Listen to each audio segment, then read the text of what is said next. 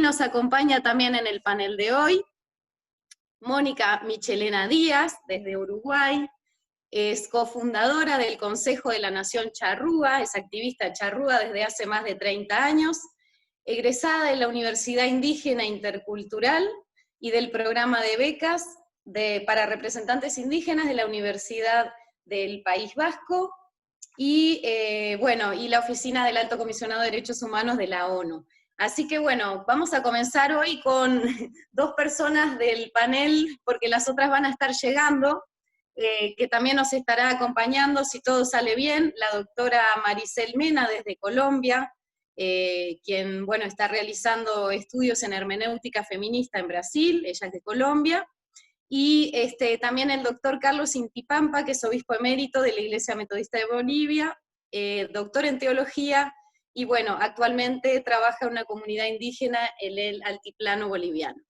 Bueno, ellos están acercándose, van a llegar en algún momento, así que bueno, la propuesta es que podamos comenzar este panel de hoy con los primeros dos aportes de Alexander y de Mónica, y bueno, lo que generalmente hacemos es que tienen un tiempo y luego de que todos hablaron o todos expusieron, podemos recoger las preguntas a través del chat o de la función de preguntas y respuestas que tiene también el Zoom. Y bueno, así ustedes tienen tiempo para explayarse sobre lo que quieren contar y tenemos un tiempo apartado después para las preguntas y no estamos interrumpiendo. Así que bueno, nuevamente muchísimas gracias por estar aquí participando, también a Andrea Roa, Dayana Barrales, Martín Delgado, Nicolás Iglesias, bueno, y todo el equipo que estará y está siempre colaborando en la parte de atrás, como dicen en el backstage, que no se ve. Pero bueno, hacen que todo esto sea realidad. Así que muchísimas gracias.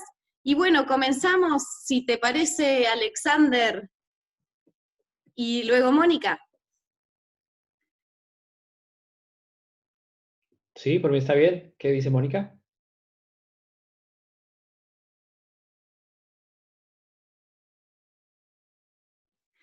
Bueno, Mónica, ahí está. Estaría mejor primero Alex, me parece importante que él hable primero. No sé.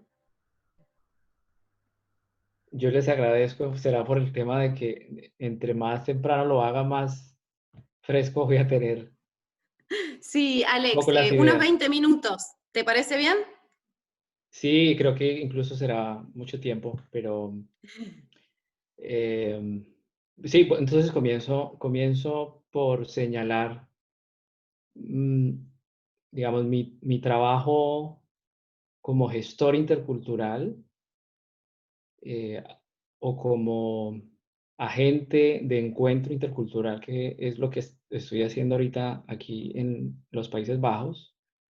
Ha tenido distintas aristas y ha sido un proceso en el que he tenido que ir descubriendo paso a paso cómo es que quien se dedica al trabajo del encuentro intercultural, pues, pues uno encuentra como que en la marcha, no en los libros, sino en la práctica del territorio y de andar, digamos, los espacios donde esos encuentros interculturales se dan, pues parece que después de que eso ocurre es que uno, o por lo menos en mi caso, uno entiende muchísimo mejor qué es eso, ¿no? En qué consiste trabajar y dedicarse a que personas con distintos entornos culturales se encuentren.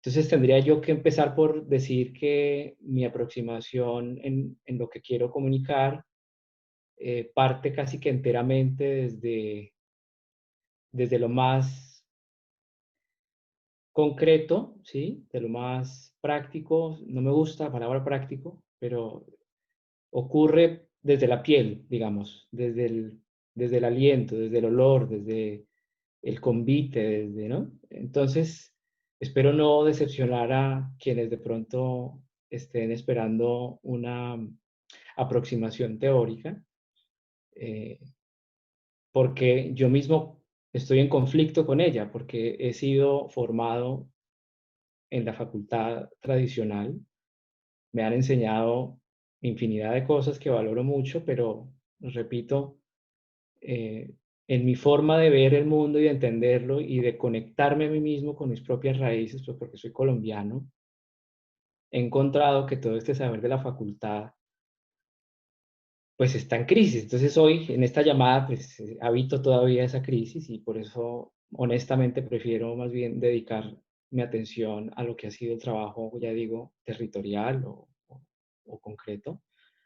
Y me distingo intencionalmente del corpus teórico del que soy hijo, yo creo. Entonces, quizás al final vuelvo a ello, pero igual no se hagan, por favor, muchas expectativas con respecto a eso, porque eh, sí, no sé no sé si sea claro cuando digo esta conflictividad de uno mm, poseer meritoriamente infinidad de conocimientos y de abordajes teóricos y encontrarse, ya digo, que en la práctica pues todo funciona un poco como distinto. Entonces, parto con esa, o quiero iniciar con esa claridad, decir que cuando yo llego aquí a Ámsterdam, yo vengo con una experiencia previa en Colombia de intentar comprender por qué en el territorio colombiano el conflicto de la violencia se da casi que siempre al margen de la comprensión racial del conflicto. Entonces, esa pregunta la he tenido siempre porque a mí me parece que vengo de un país supremamente estratificado racialmente y cuando yo quise y me entregué a la tarea de entender esa profunda conflictividad en Colombia, pues yo no encontré respuestas. Y casualmente, digo yo casualmente, llegué aquí a Holanda, donde los holandeses habían capitalizado un saber que a mí me pareció supremamente valioso. Y el saber que creo yo vine a buscar a este país fue la forma en la que ellos hicieron parte activa en uno de los conflictos más notorios interculturales, interraciales de la humanidad, que fue el conflicto en Sudáfrica y en el apartheid. Entonces, cuando comencé a explorar ese campo, empecé a conocer mujeres activistas de Sudáfrica que me devolvían o me contaban en qué consistía semejante conflicto y cómo estaba atravesado por la racialidad y por la cultura. Pues desde ese entonces, y ya 2016, ya vamos en 2020, pues he estado inquieto siempre tratando de entender, repito, cuál es la dimensión racial del conflicto en el que yo nací, que es el conflicto colombiano. Entonces, cuando llego a Holanda, 2016 al 2018, me la paso prácticamente estudiando exclusivamente interculturalidad, ya digo, en la facultad. Y cuando ocurre el proceso de paz en Colombia que se votó, no sé si ustedes recuerdan que en Colombia se votó un plebiscito negando de alguna manera, si se perdió, la población votó que no estaba de acuerdo con ese acuerdo de paz. Y desde ese momento hubo como un nuevo elemento que articulé a mi campo de investigación, que era el concepto de paz, reconciliación y perdón. Yo antes no había tampoco entrado a abordar cuál es la dimensión cultural del acto del perdón, por ejemplo, o no me había detenido a apreciar cuáles son las cualidades, cuáles son los conflictos a los que se podrían quizás resolver, ¿no?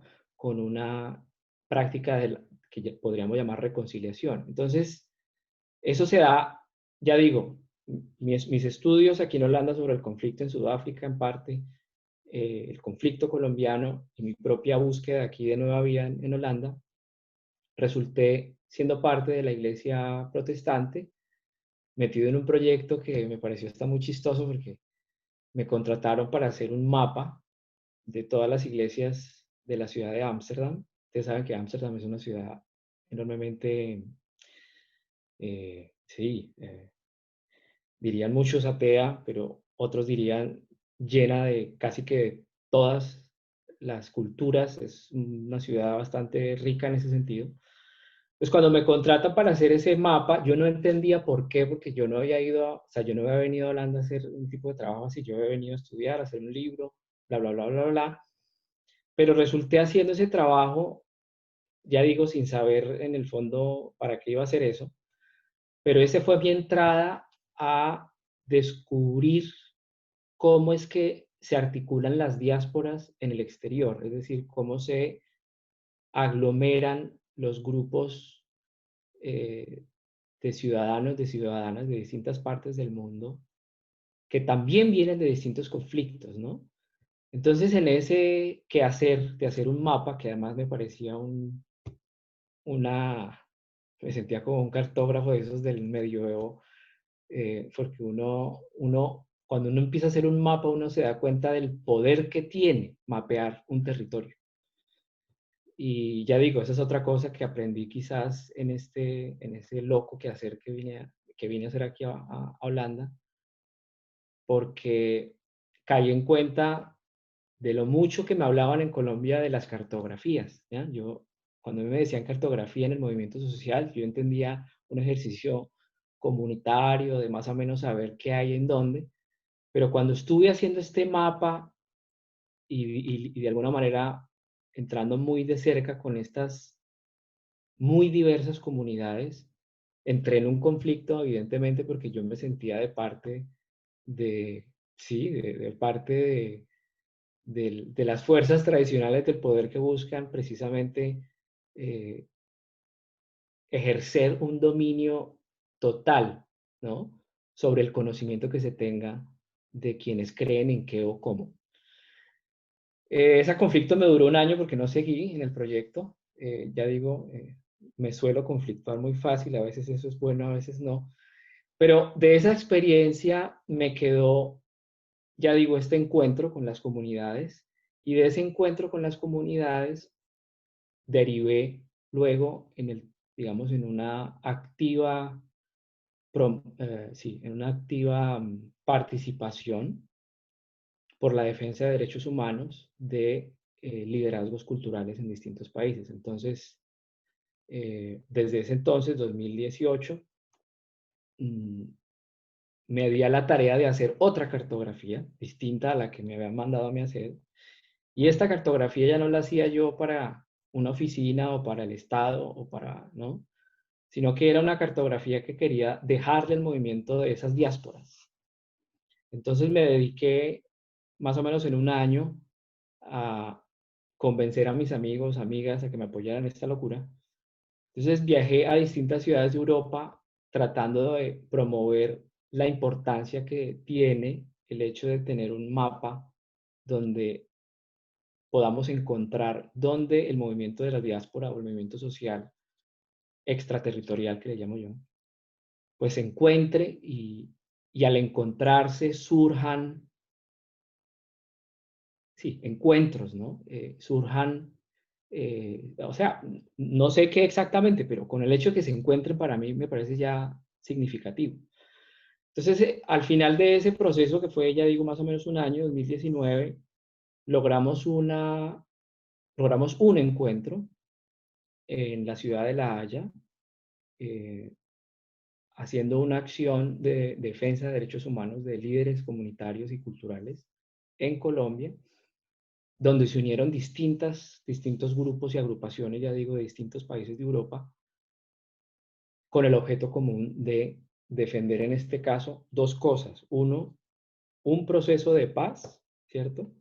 Y por otro lado, una afirmación identitaria de inmigrantes, esa palabra suena conflictiva, pero de inmigrantes que están en un territorio como el europeo, sacando adelante una agenda de defensa de derechos humanos que tiene sí, o sea, muchísimas facetas. Entonces, Al terminar esa labor o ese proceso, paré, yo me detuve porque fue muy desgastante también para mí involucrarme, ya digo, de corazón, porque soy en eso muy sentimental quizás. Entonces, a mí me dicen que se muere un líder social y para mí no es un scroll down o scroll up, no, para mí es problemático, a mí me afecta, digamos. Entonces yo me di cuenta que yo no servía para mantener mucho ese ritmo, entonces paré. Y al parar, bueno, me dediqué a escribir, me dediqué a tratar de organizar lo que ha sido esta experiencia. Y para ese último año, que fue 2010, o sea, ya final del 19, parte de este año, 2020, hice parte de una revista que se dedica a escribir, se dedica a escribir sobre asuntos de interculturalidad aquí en Holanda. Ejercicio que he agradecido porque me ha permitido organizar, ya digo, ahora sí, a encontrarme un poco como con los libros y con la facultad, toda esta experiencia que acabo de brevemente explicar. Entonces, pues en ¿qué tiempo ya tengo? Por favor, porque es que se me pega la lengua y después no. Sí, vas 10, 12 minutos vas. Ok, Te quedan vale, 8. gracias. Gracias. Bueno, en estos últimos 8, entonces sí, de pronto quisiera dejar algunos puntos que ojalá puedan ser útiles para la conversación, que tiene que ver con interculturalidad, ¿no? Teología y derechos humanos. Un primer punto que quisiera dejar sobre la mesa es tratar de explicarnos cómo en este momento de cuarentena global, de hecho, justamente hoy en Holanda volvió la cuarentena, otra vez vamos a estar un mes con medidas muy drásticas. Eh, Me causa muchísima, sí, asombro ver que el sujeto que se conforma casualmente durante la pandemia como un sujeto de protesta y un sujeto que irrumpe, digamos, este suceso que es tan trágico y que logra abrirse paso sobre ese suceso, pues fueron las protestas que se generaron alrededor del caso de abuso policial en Estados Unidos, donde todos fuimos testigos y creo que todos participamos de ese sentimiento, ¿no? De ese sujeto racializado que de alguna manera irrumpe. Ese evento me ha quedado a mí como impreso y he querido darle sentido a ese evento como un evento marcante para entender el nuevo desafío o lo que tenemos que hacer nosotros los que nos dedicamos al trabajo intercultural de aquí en adelante y en momentos como estos. Ese es un punto. El otro, pues, hoy, y está ligado a esto, es que quiero señalar cómo el acto de la protesta es un texto teológico como tal. Entonces, esa lectura de leer el movimiento social, el movimiento de las bases, el movimiento de los sujetos racializados, cómo esa protesta es texto teológico en tanto que, por ejemplo, si hablamos de teología cristiana, la protesta es un texto fundante, por ejemplo, del relato del Éxodo, donde vemos que se conforma una idea sobre Dios que deriva única y exclusivamente en la movilización de un pueblo para salir, ¿no? Para hacer un éxodo de su esclavitud. Y conecto entonces teológicamente ese texto de protesta con el exilio, puesto que pues obviamente yo estoy en ese capítulo de diáspora, y como ese texto de exilio yo digamos, lo he venido pensando y tramitando con algo que me toca profundamente y es la experiencia del dolor, porque en el exilio pues no se da como en la Biblia, el exilio, por ejemplo, se da como el de mi vecino que duerme aquí justo a mi lado, pues contiguo a mi apartamento, Para él poder llegar a Holanda tuvo que navegar el mar del Mediterráneo y con unas historias que, mejor dicho, innombrables, ¿sí? Con travesías para poder cruzar un océano y escapar de la guerra y de la crueldad, en fin, innombrables. Entonces, como ese texto del Éxodo no es solamente y no es una libertad como de, bueno, ahora estoy en, como dicen algunos, ahora estoy en la tierra de la libertad donde fluye leche y miel. No, uno llega aquí a esta tierra con una profunda marca del dolor, del desarraigo, y creo que ese trauma hace parte de o sea, ese trauma hace parte del trabajo de quien se dedica al encuentro intercultural, ¿sí? Quien quiera laborar en estas lides ha de entender muy bien cómo es que el trauma hace parte, ya digo, de este movimiento que ya digo, se puede ver en protesta, pero ya se ve en exilio.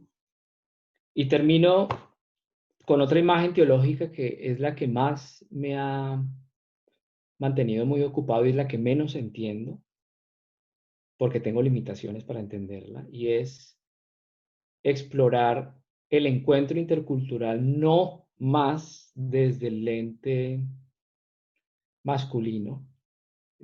Yo mismo soy un varón, ¿sí? Entonces tengo limitaciones para poder incluso llegar a ese límite.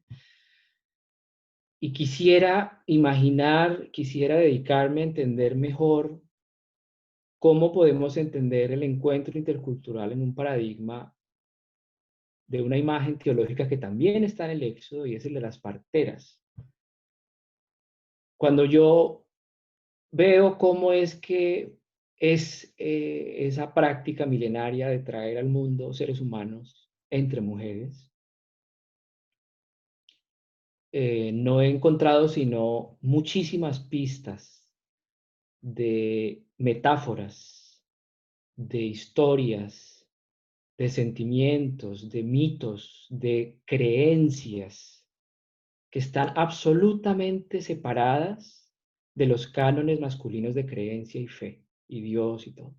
Entonces son cánones, ya digo, distintos, de los cuales estoy absolutamente curioso, quisiera entender muchísimo más a profundidad, porque a mí me parece que es en esta metáfora de las parteras donde realmente está la libertad, o más bien de donde creo que va a habitar alguna esperanza de encuentro entre culturas. Es decir, estoy diciendo con esto que si parece ser que en esa fuente de saberes de la partería, quisiera yo encontrar otro lenguaje para explicar la posibilidad del encuentro entre personas que se odian por un color de piel o por un lenguaje o por qué sé yo. Entonces, creo que es muy caótico lo que acabo de decir quizás, pero pues ya les dije desde el principio, es todo lo que me ha producido este peregrinaje y pues he venido con mucha franqueza ante todos ustedes para que sepan entonces en qué ando. Eso es todo, Stephanie. Muchísimas gracias, Alex, por tu aporte trasnochado desde Holanda. Muchísimas gracias. Bueno, muy emocionante. Pasamos ahora la palabra a Mónica Michelena, desde Uruguay. Adelante, Mónica. Bueno, primeramente muchísimas gracias por esta invitación, muy agradecida, y a los organizadores de este curso, que justamente el título del curso se relaciona la religión con los derechos humanos. Y bueno, yo soy del pueblo Charrúa, de Uruguay, y hemos tenido un proceso de reemergencia indígena desde la década de los 80, a la salida de la dictadura militar. Y bueno, hoy se me invitó para hablar de la cosmovisión charrúa, porque nosotros, como que la palabra religión no nos incluye, o sea, para nosotros los ancestros y nosotros mismos no tenemos una religión, sino tenemos una cosmovisión, una manera de ver el mundo. Y bueno, lamentablemente el papel de de la iglesia en todo lo que fue la conquista y la invasión, el saqueo, el despojo, el genocidio, tuvo mucho que ver, se nos impuso, no solamente se vino con la espada, sino que también se nos impuso una religión cristiana.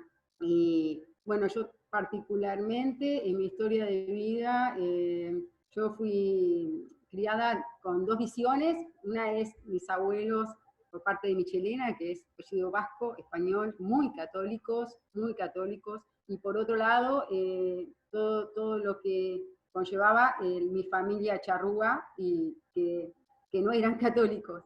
Entonces fui criada entre esos dos mundos. Y algo muy interesante que dijo Alex, que me parece importante, es como que de alguna manera tuve mucho conflicto interior, principalmente en la adolescencia, porque, por ejemplo, mi abuela, recuerdo que estaba muy preocupada y antes de fallecer nosotros nos fuimos bautizados, entonces ella estaba muy, muy preocupada, y cada vez que la veía me decía que el último deseo de ella antes de fallecer era que nos bautizáramos, porque si no podíamos ir al infierno. Entonces yo creo que esas generaciones que pasamos esto, venimos con esas marcas en la piel, ese miedo a un Dios que castiga, un Dios que es unipersonal, es omnipotente, omnipresente. Yo les quisiera leer una parte de un registro histórico que traje aquí, que es justamente del siglo XVIII, aquí en estas tierras, lo que es hoy Uruguay, y que justamente habla de que el padre Cataño, que era un jesuita que venía a reducir, a evangelizar, ¿verdad?, a los charrúas, a los nuanes, a todos los pueblos originarios de estas tierras, es que habla de que no pudo con los charrúas, no se querían evangelizar. Justamente porque cuando el cura padre de Cataño les hablaba de que si no se bautizaban podían ir al infierno, uno de los charrúas le contestó: mucho mejor, así no tendré frío cuando me muera. Si hubiera tenido yo esa visión cuando era niña, mi abuela me asustaba que yo iba a ir al infierno, hubiera cambiado todos esos años que tuve como una cosa horrible dentro de mí, como un pánico, ese miedo por no ser bautizada. Incluso recorrí varias iglesias en mi adolescencia. Incluso los yaros, que eran una parcialidad de la macroetnia charrúa, los charrúas formaban una gran confederación de pueblos, le explicaban, dice: no nos gusta tener un Dios que sabe y ve todo lo que hacemos en secreto. No nos parece que, le decían a los jesuitas, para ellos no les gustaba que alguien omnipresente estuviera continuamente viendo todo lo que se hacía. Y eso es muy interesante, ¿no? Cómo las distintas cosmovisiones se encontraron, muchas veces con violencia, muchas veces con fuerza, ¿verdad?, fueron evangelizados, pero mis ancestros charrúas no fueron evangelizados masivamente. Hubo algunos casos, pero es así que les decían los infieles. Bueno, acá está Diana, que habrá hablado, y Martín, que estudia antropología, ¿verdad?, que aquí a los charrúas, a los minuanes, a los genoas, que no eran cristianizados, que eran la gran mayoría, les llamaban los infieles. Y donde ellos habitaban, principalmente en el siglo XVIII, era el norte del país, y a ese territorio se le llamaba el desierto.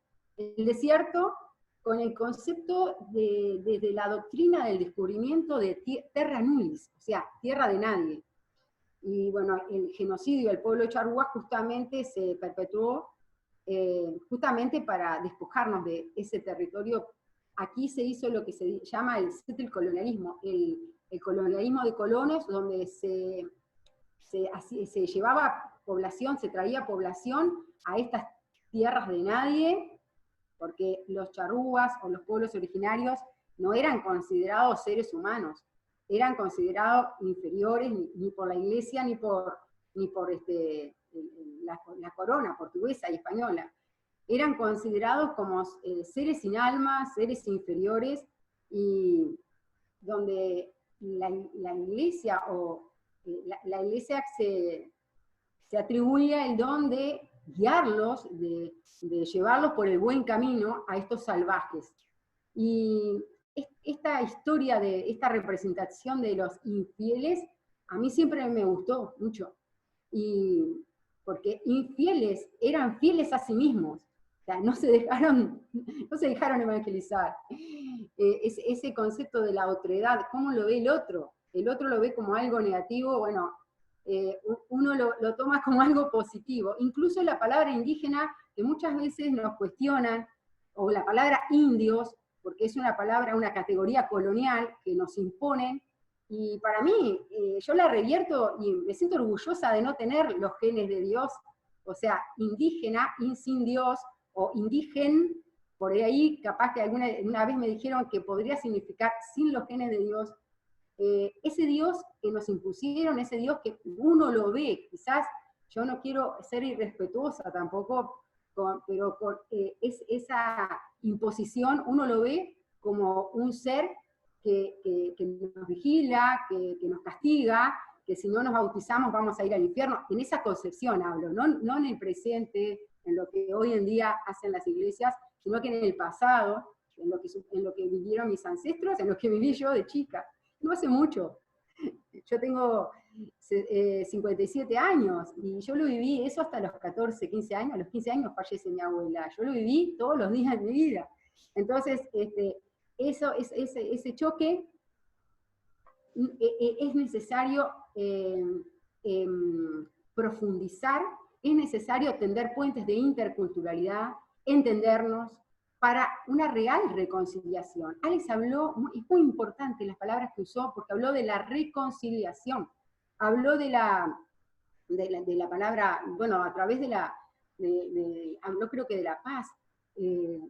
Creo que la interculturalidad es una herramienta, si se usa adecuadamente, es una fuerte herramienta para esa real reconciliación, pero esa reconciliación va a llevar mucho tiempo, porque fue tanto el daño que se hizo, y siguen haciendo las iglesias, en las misiones evangélicas, siguen evangelizando, siguen pasando por arriba de nuestra cosmovisión, siguen considerándonos como niños que hay que guiar en el camino de Dios, bueno, que yo creo que es un trabajo que nos debemos los pueblos indígenas conjuntamente con las iglesias. Comenzar un nuevo camino. Yo creo que muchas iglesias lo han comenzado, ya lo están haciendo. Pero bueno, nosotros estamos justamente en la etapa de la descolonización de todo, de la espiritualidad también. Y voy a hablar ahora un poquito de cómo es la cosmovisión charrúa, y para que ustedes vean por qué el pueblo charrúa nunca se dejó cristianizar.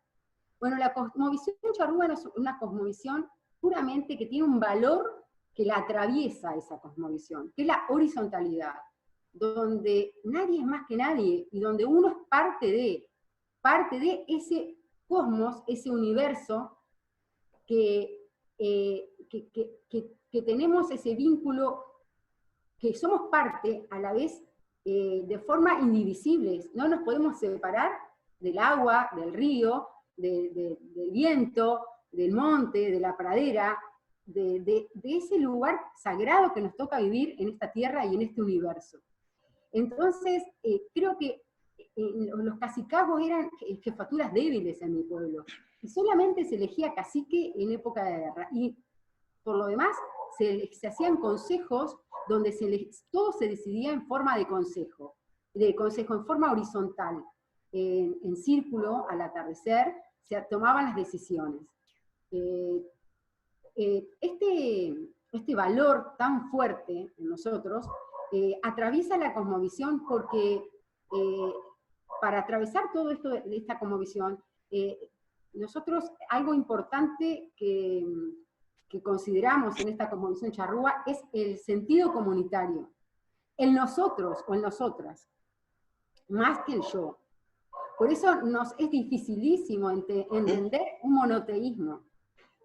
Para nuestra espiritualidad ese nosotros somos también el aire, el sol, el viento, y somos, podríamos decir, más animistas que de una forma, los espíritus de la naturaleza están en un plano de igualdad. No tenemos nuestra Aruba no tenemos un mito de origen, no tenemos un dios, y ni siquiera muchos dioses. Tenemos esa concepción de que todo tiene vida, y todos son seres espirituales, hasta el planeta Tierra y la fuerza que mueve todo en el universo, que es la vida, y a la cual todos estamos en ella, de una forma, repito, horizontal. Bueno, también decirles que desde la cosmovisión charrúa algo importantísimo es la palabra. La palabra en el sentido de el compromiso de la palabra. En esas asambleas donde se hablaba muy poco, porque ahora hablamos mucho más, antiguamente se hablaba poco, pero cuando se hablaba el valor de la palabra era sagrado. Y el consenso también es muy importante en nuestra cosmovisión, y nuestra forma de resolver nuestros conflictos es a través del círculo y del bastón de la palabra, donde nos da mucho resultado, porque justamente es donde se representa la horizontalidad. En un círculo, no sé si tienen alguna foto ahí de que yo mandé, pero nosotros cuando hacemos nuestras reuniones nos sentamos en círculo, cuando tomamos decisiones estamos en círculo, y esa circularidad representa la horizontalidad, donde nadie, repito, nadie es más que nadie. Cada uno de nosotros tiene un lugar en ese círculo, y la palabra se va rotando, y así vamos sucesivamente con un bastón que tiene un propósito, y así es que resolvemos nuestros propios conflictos internos en nuestras propias comunidades. Es como una mediación, el bastón de la palabra vendría a ser como una herramienta de mediación. Y quizás esta imagen del círculo con ese bastón de la palabra que se va pasando de mano en mano, sería una buena forma de poder, ahí estamos, está Martín Delgado, estamos en un encuentro en el Parador Tajes, acá a orilla del río Santa Lucía, donde vinieron como 12 más o menos hermanos indígenas de diferentes puntos de América, en una reunión de la Cátedra Indígena de la Universidad Intercultural Indígena, en la cual yo formo parte, y ahí Martín está haciendo justamente lo que llamamos la ceremonia del mate, que es también circular. Y lo que yo decía es que una forma de mediación podría ser esta, sentarnos en círculos, las iglesias, los pueblos indígenas, y ver de qué forma podemos convivir, y podemos desarrollar esa reconciliación, empezar a caminar en esa reconciliación, que no significa perdón y olvido, sino que significa una nueva forma de vernos, y una nueva forma de comenzar a convivir. Bueno, por otro lado también quería contarles que para nosotros nuestra cosmovisión tiene mucho que ver también con lo que llamamos lo que llamamos nosotros las 600 generaciones. O sea, cada uno de nosotros a nivel individual, pero también colectivo, carga con 600 generaciones para atrás. Hay más de 13.000 años de antigüedad, de vivencia, de la vida de pueblos originarios en esta tierra, y sentimos que estamos acompañados continuamente por los espíritus de nuestros ancestros. Por eso otro valor importantísimo es la territorialidad. La territorialidad también atraviesa nuestra cosmovisión, el vínculo con nuestro territorio, el vínculo con esos espíritus, no solo de los ancestros que habitan hoy. Acá están, por ejemplo, siento yo a mis ancestros, sé que están acompañándome. Es otra sentir, quizás ahí nosotros le debemos mucho respeto, o también veneración a esos espíritus, nuestros ancestros guerreros, que nunca negociaron la tierra, y la defendieron hasta su última gota de sangre. Hasta 1831 se perpetró el genocidio del pueblo charrúa, perpetrado por el primer presidente de la República Oriental del Uruguay, Frutuoso Rivera. Bueno, ahí hay una imagen de, bueno, estoy tocando la caracola. Para nosotros la caracola, también la huampa, son instrumentos para llamar el espíritu de nuestros ancestros. Y lo hacemos a las 4 direcciones cuando vamos a iniciar una asamblea, en nuestras ceremonias, también cuando marchamos. Capaz que hay otras fotografías que muestran cómo nosotros, ese vínculo, esa defensa de nuestro territorio, de nuestro monte, de nuestra pradera, nosotros somos muy activistas y estamos desarrollando también proyectos en nuestro territorio ancestral, y también estamos trabajando conjuntamente con un grupo de arqueólogas en el interior del país, en el norte del país, en Tacuarembó, para hacer un mapeo de estos lugares sagrados. Los enterramientos, para nosotros es muy importante defender los sitios donde están enterrados nuestros ancestros. Nuestros ancestros tenían una ritualidad impresionante respecto a lo que es el enterramiento, porque creemos que una vez que morimos, nuestro espíritu se eleva y va a caminar en las estrellas. Tenemos leyendas, tenemos también esa parte de las leyendas que nos unen también a las estrellas. Bueno, yo no sé si el tiempo se me terminó, pero quería terminar mostrando la bandera charrúa, que es un símbolo de nuestra cosmovisión y de nuestra historia, en este proceso de recuperación, de recuperación y de restitución de nuestro pueblo nación charrúa, con los hermanos charrúas de Argentina y del sur de Brasil, de ese amplio territorio charrúa que hoy habitamos. No sé si se ve, acá está medio oscurito ya, pero tendría que prender la luz, pero en esta bandera, que es nuestra bandera actual, hay un círculo. ¿Se ve algo? No sé si se ve, voy a prender la luz. Porque acá están atardeciendo y no se prestaba luz, pero ahora ya está anocheciendo.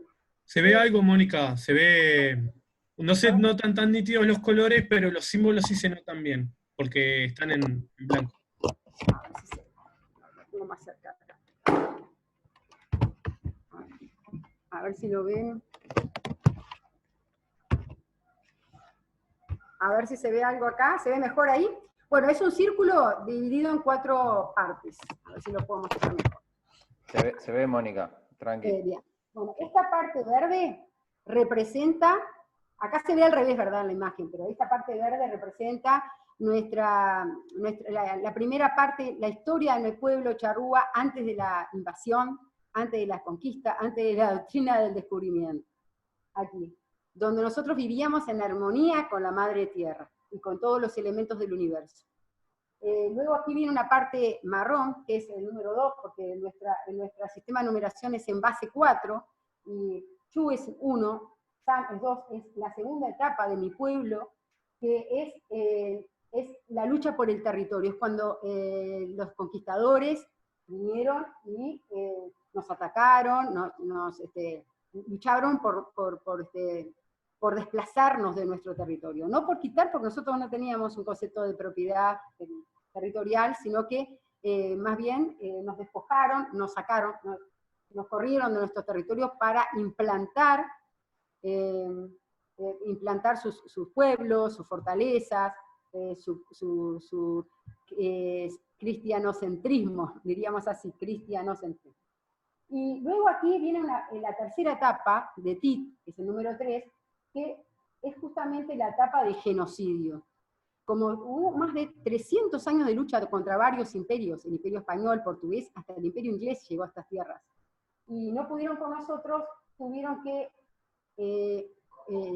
llevarnos a una emboscada con engaños, y ahí, con un ejército de 1.200 hombres, nos rodearon, nos hicieron dejar las armas, nos dieron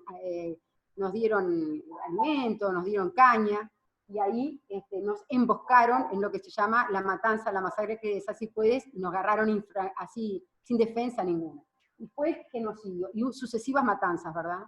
Esta está teñida de rojo, por eso es rojo. Y por último, viene la etapa azul, que nosotros estamos ya cruzando esta etapa de genocidio, y estamos empezando a atravesar la etapa azul, que vendría a ser el resurgir de nuestro pueblo, el resurgir de nuestra cosmovisión, el resurgir de de nuestro estar acá en estas tierras, en la reconstitución del pueblo-nación charrúa.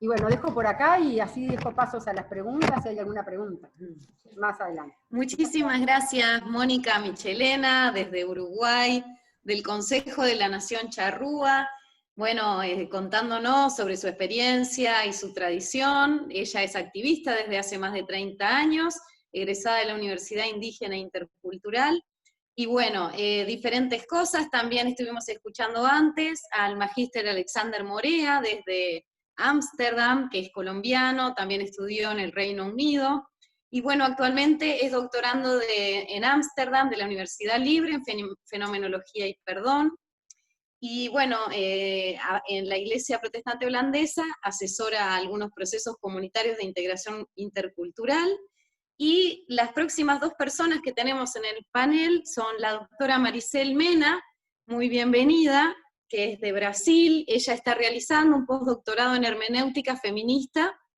en Colombia y estudió en la Universidad Javeriana, fue coordinadora para América Latina en el programa de género de la Asociación Ecuménica de Teólogos del Tercer Mundo, estudia especialmente el mundo afroasiático, Egipto-Etiopía en la Biblia, en su interseccionalidad con los temas de género, clase y etnia. Es catedrática de Biblia en la Universidad de Santo Tomás, y también nos acompaña el doctor Carlos Inti Pampa, obispo emérito de la Iglesia Metodista de Bolivia, doctor en teología en Brasil, 30 años de experiencia pastoral y actualmente secretario general de una comunidad indígena en el altiplano boliviano.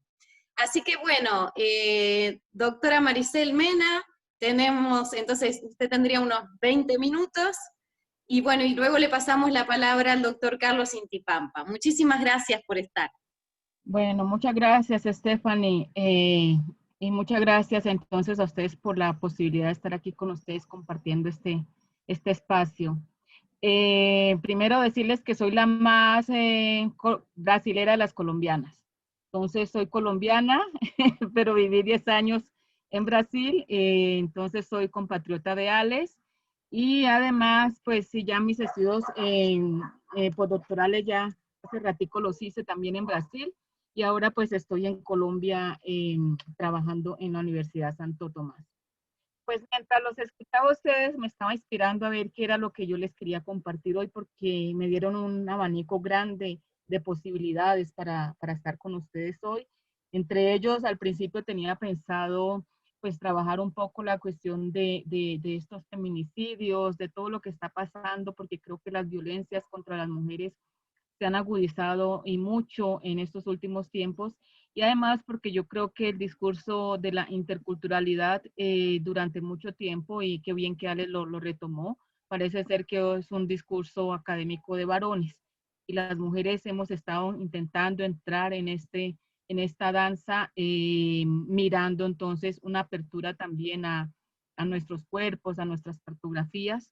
Y además porque creo que la interculturalidad presupone un discurso o un diálogo también entre culturas, y yo también me pregunto si es que ese diálogo estamos en condiciones de dialogar de tú a tú, ¿no? Porque además no olvidemos que muchos de estos discursos monoculturales, multiculturales y ahora interculturales, pues también hacen parte de agendas europeas que nos colocan también aquí desde América Latina a que la trabajemos. Entonces, en ese sentido, tengo como mis dos críticas, ¿no? Creo que todavía no estamos en un diálogo tan recíproco, porque nuestra academia continúa siendo súper occidentalizada, porque en materia justamente también de trabajo con mujeres notamos mucho la ausencia, incluso de muchos autores interculturales donde desconocen, y creo que hay esas dos críticas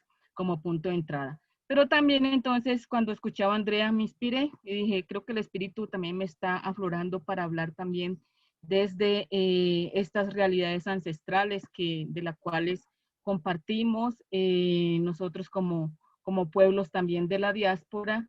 Y entonces priorizo trabajar un poquito por allí, porque creo que en este diálogo yo, más que interculturalidad, me gustaría también trabajar en la perspectiva de diálogos interreligiosos, ¿no? Porque también he trabajado mucho, he cuestionado también este concepto tan europeo en el cual se habla de teologías desde solamente una tradición, los demás somos cosmovisiones, formas de ver el mundo, pero de alguna manera eso corresponde también a discursos coloniales en el sentido de que la experiencia religiosa que se teoriza del hablar sobre Dios es justamente lo que se le ha llamado de teología y la cual pues se ha quedado justamente como un hablar desde unas categorías religiosas occidentales y además hegemónicas.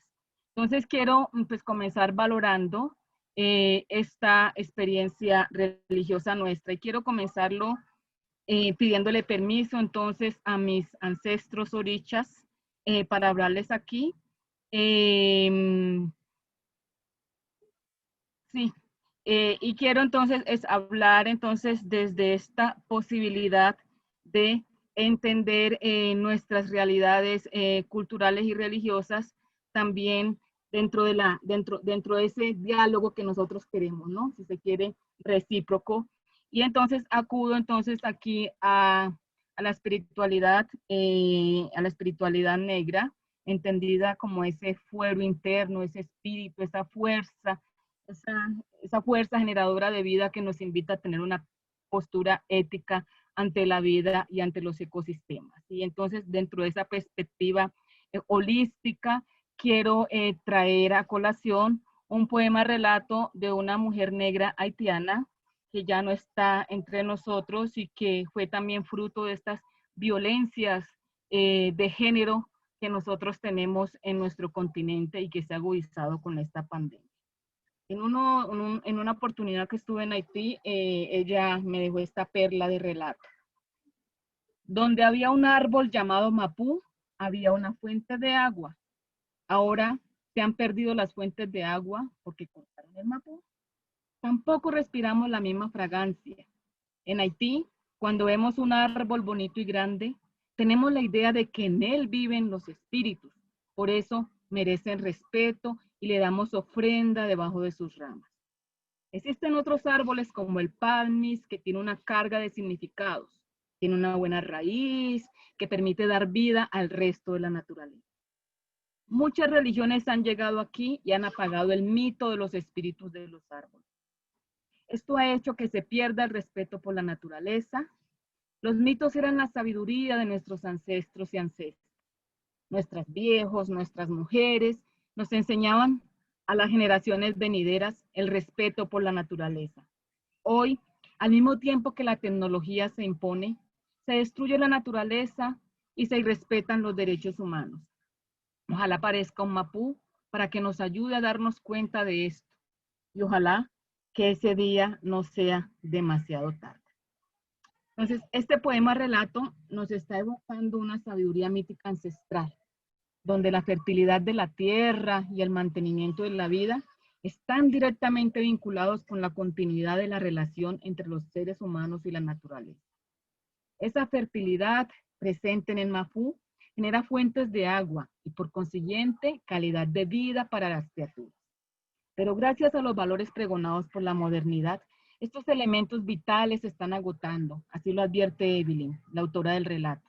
Entonces nos preguntamos, ¿cómo redimir la creación a partir de este mito? ¿Es posible encontrar en él algunas perspectivas ecoambientales para un mundo contemporáneo? ¿Cómo las comunidades integran elementos sagrados en las construcciones culturales y religiosas? Estas preguntas son un pretexto entonces para entrar en nuestra reflexión. Entonces, partiendo de esta última pregunta, es importante discernir sobre lo que entendemos por cultura, es decir, un conjunto de relaciones y significados, de sentidos, donde los pueblos afroamericanos y caribeños recrean y reivindican su derecho de ser y de existir dentro de los diversos contextos de opresión, de marginación, de racismo y pobreza. Estos descendientes entonces poseen maneras diversas, diferentes de vivir y manifestar sus experiencias de fe con relación a lo sagrado. En este relato mítico, entonces, Evelyn, a partir de la reivindicación de el mapú, nos recuerda que el elemento ancestral es fundamental para la comprensión de las cosmovisiones de mundo de los diversos grupos étnicos traídos a América y el Caribe. Se refiere entonces a esos elementos primordiales que sostienen la identidad, de una identidad que hoy llora entonces la deforestación, que reivindica los principios universales, también llamados elementales, como es el derecho a la tierra, al agua, a la justicia, la vida, la fertilidad, la paz, el amor, la riqueza. Lo ancestral también se entiende como la manifestación de esos elementos en las personas y en las cosas constituidas por estas, por ejemplo, las ciudades. Esto significa que los ancestros se relacionan con los principios básicos de supervivencia, pero que no se agota en ello. Al contrario, se hacen sentir en cada persona, en cada niño, en cada niña, en cada hombre, mujer, anciano o anciana, en un gobierno con justicia y así sucesivamente. Un ejemplo de esto entonces lo vemos en los orichas, las divinidades de los cultos afro-brasileros, que aunque estén íntimamente relacionados con los principios universales y con las fuerzas de la naturaleza, las plantas y animales, se hacen sentir a través de los cuerpos. Y llamo especialmente a esto porque nosotros estamos viviendo hoy unos climas de intolerancia muy fuertes con estas religiones afro-brasileras. Y remito justamente a lo que el cardenal Mota nos decía justamente unos años antes del Concilio Vaticano II, y creo que estamos retomando a eso. Además del fetichismo de nuestros indígenas y del de aquellos pueblos provenientes de Asia y de Europa, nuestro pueblo recibió esta triste herencia oriunda también de África, a través de los antiguos esclavos negros. Hoy en día, por una insensata aberración y falta de espíritu, se cultiva incluso la macumba africana como un folclórico pretexto. Y se da culto a tan bárbara superstición de magia negra, precisamente en centros que deberían ser más representativos de la civilización brasileña, como Río de Janeiro y Bahía. La práctica de tales abusos entre cristianos es una ignominia. Es triste constatar que la marcha de nuestro progreso espiritual y cultural se haga del sensala al salao y no del salao al sensala. La macumba es uno de los mayores atentados contra la fe, contra lo moral, contra nuestros derechos educativos, contra la higiene, contra la seguridad. Es un atentado alarmante de nuestra ignorancia religiosa y científica y de la insuficiente protección que la policía nos ofrece. Entonces, estas palabras que retumban y que retoman y que de alguna manera nos están mostrando esa vuelta a esa intolerancia, porque hace poco en Brasil, una de las imágenes de una madre santo de estos terreiros, pues fue también, la cogieron, la desbarataron, guerra entre religiosa, intolerancia entre los grupos, algunos grupos religiosos de tendencia más ultra cerrada. Entonces, en reivindicar eso y mirar que aquello que nosotros estamos demonizando es justamente aquello que poco conocemos. Y sabemos que nuestras tradiciones ancestrales están allí, están vivas, están diciéndonos que hay otras formas de organizar el mundo. Y con estas formas de organizar el mundo nos están diciendo hace mucho tiempo, junto con nuestros hermanos indígenas, que este modelo neoliberal, este modelo post-neoliberal que estamos viviendo, y machista y conservador no va más. Lo ancestral es una forma en lo que lo sagrado entonces se perpetúa en la vida de las personas. Lo sagrado nace de la vida de las comunidades y se hace presente entonces a través de la naturaleza, de las personas, de las cosas, de las casas, de la familia, entendida esta no en ese ámbito tan cerrado de familia nuclear, ¿no? Ahí entonces nos están enseñando otros modelos. Otra abarca parentelas, primos, consanguíneos o no, que forman parte del grupo. Tener conciencia de estas nuevas constituciones familiares. Y ese sagrado presente en la naturaleza es esa fuerza vital que nos permite experimentar que todo lo que existe tiene vida, es una fuerza vital. Por eso, varios mitos de la creación se hacen siempre en cooperación con los seres creados, incluyendo mujeres y hombres. Las creadoras se colocan al lado de los creadores y justamente con ellos ejercen el poder de instaurar y de gobernar la vida, como se observa. Hay una interrelación de lo ecológico con la vida humana en estas cosmovisiones afroamericanas y caribeñas. Tanto el árbol ancestral como los animales sí, están ahí presentes. Vamos a mirar entonces este otro mito afrocubano que nos está llamando a esta interrelacionalidad. Dice, la ceiba no crece solo porque han querido sembrarla, como una mata cualquiera, sin religión y sin nada. Se toca tambor de fiesta cuando van a bautizarla. Hay remandingo de gallo y de galleta que bailan. Pues la ceiba es medicina para el pueblo y para el alma. Y su cofía de enfermera también cuida la nostalgia. Esto también es interculturalidad. Entre la academia nos quitó hasta el acento de nuestros territorios, porque usted tiene que hablar decentemente. Y hablar decentemente es quitar tu acento, tu manera de ser, tu fuero interno. Hasta allí hemos llegado. Cabe resaltar entonces aquí el nombre de la ecologista keniana, Premio Nobel de la Paz del 2004, Vandana Maathai, quien fue galardonada por su contribución al desarrollo de la democracia y de la paz. Ella sostiene que el medio ambiente es clave para alcanzar la paz.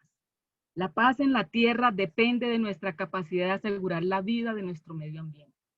También sostiene que todos somos testigos de que la tala de árboles y la pérdida de bosques han conducido a la deforestación, desertificación en África y han amenazado a muchas otras regiones del mundo. Por lo tanto, la protección de los bosques contra la desertificación es un favor vital en la lucha para consolidar la vida del medio ambiente y de nuestra tierra común, nos dice Vandana Maathai. Es interesante entonces resaltar también esa importancia de esos espíritus. El relato nos dice que en el Mapú viven los espíritus. Ellos son nuestros antepasados que se perpetúan en la naturaleza. Son los fundadores inmemorables de los grupos que están revestidos por esa fuerza vital Ashe, ¿sí? Porque usted nace, muere, se reproduce, ¿sí? Y usted vuelve y se perpetúa en los árboles. Ese perpetuarse en los árboles significa que los árboles también son ancestros, por tanto son sagrados. A estos espíritus habitantes del Mapú se les llevan ofrendas para garantizar la continuidad de la vida individual y colectiva que es amenazada por la muerte, y para restablecer el caos causado por la muerte. Es necesario ofrecer una ofrenda a los espíritus. Esto garantiza la salud integral del grupo. La muerte injusta corta la vida en plenitud, pues evita que se cumpla el ciclo vital y que lleguemos a ser ancestros. La ofrenda es esencial entonces para recuperar el equilibrio y la armonía, pues con la muerte injusta la comunidad es herida, ¿sí? De allí que ésta se organice para superar este acontecimiento. La ofrenda evita la muerte prematura, permitiendo al individuo realizar su ciclo, llegar a la vejez, garantizar la inmortalidad. Esto es la ancestralidad. Ella da continuidad a la vida, de la misma manera que el muerto o la muerta garantiza su eterno renacimiento. Por tanto, la vida no es una muerte, no es el acabado, sino es la continuidad de esta vida y en armonía con los ancestros. Por tal motivo, la comunidad es movida a trabajar por esa preservación, la cual implica la siembra de árboles, la lucha por su preservación. No se trata de una tarea exclusiva de los espíritus. La vida se garantiza solamente con la ayuda de la comunidad. Los espíritus están en los árboles como una forma de garantía de perpetuidad de la naturaleza en comunión con la comunidad. Es importante también en este proceso recuperar el proceso de la transmisión oral, ¿no? Cuando mediante los mitos, mediante la palabra. Cuando hablo de mitos no estoy hablando de algo inacabado ni algo que no sirve, por el contrario, tiene un trasfondo de realidad y se transmite de generación en generación, y ahí las mujeres ejercieron un papel didáctico muy fuerte en la preservación de esta palabra, de esta tradición, como garante entonces de esto que estamos reivindicando hoy, que nuestros hermanos indígenas llaman de buen vivir, que nosotros también podríamos remitirnos a los templos de misterios egipcios, donde ya se hablaban del sonum bunum, que también es el mismo derecho a vivir bien dentro de esa sabiduría ancestral que nos antecede, y que yo reivindico mucho ese mundo afroasiático que estábamos allí, que estamos ahí preservando. Evelyn entonces nos muestra claramente cómo esta palabra se preserva en el suelo afroamerindio, gracias a la fuerza que ella posee. Entonces, hasta aquí hemos rescatado esa importancia ancestral en la preservación de la vida de las comunidades.